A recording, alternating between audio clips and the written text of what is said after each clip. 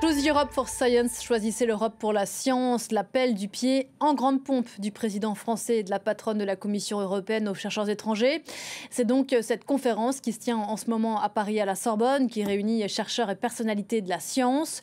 Le message s'adresse à tous les scientifiques, mais d'abord évidemment aux scientifiques et intellectuels américains, dont la liberté académique a reculé depuis le retour au pouvoir de Donald Trump aux États-Unis. James André, bonjour, vous êtes devant la Sorbonne. Bonjour. Paris évoque de possibles incitations financières pour attirer ces chercheurs du monde entier, mais d'abord américains. Oui, absolument. Évidemment, cette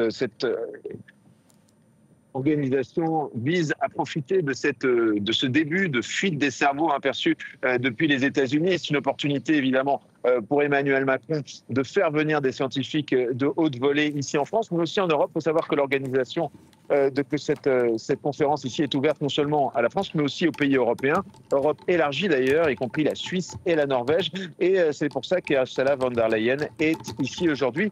Ils vont prendre la parole, elle et Emmanuel Macron, et faire des annonces de financement potentiel qui pourraient aussi prendre la forme de crédits d'impôt pour inciter ces scientifiques qui ont vu d'abord soit leur financement disparaître aux États-Unis, ou alors tout simplement qui ont perdu leur poste. D'autres aussi ont fait le choix de ne pas retourner aux États-Unis après leurs vacances, par exemple, ou ont quitté le pays car ils avaient des visas ou des cartes vertes et ils ont eu peur, tout simplement, d'être arrêtés et potentiellement expulsés des États-Unis. Donc voilà le climat qu'on a aux États-Unis. Je vous prends un exemple qui date de la semaine dernière. L'administration Trump a mis tout simplement à pied tous les scientifiques qui travaillaient sur ce qu'on appelle the Federal Climate Assessment.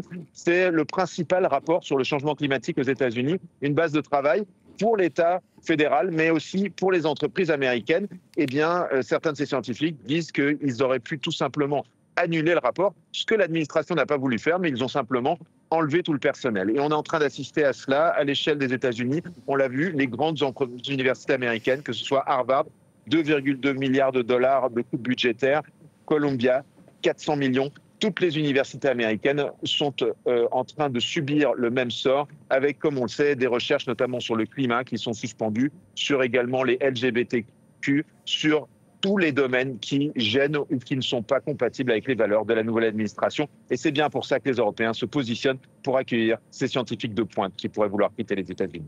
James André.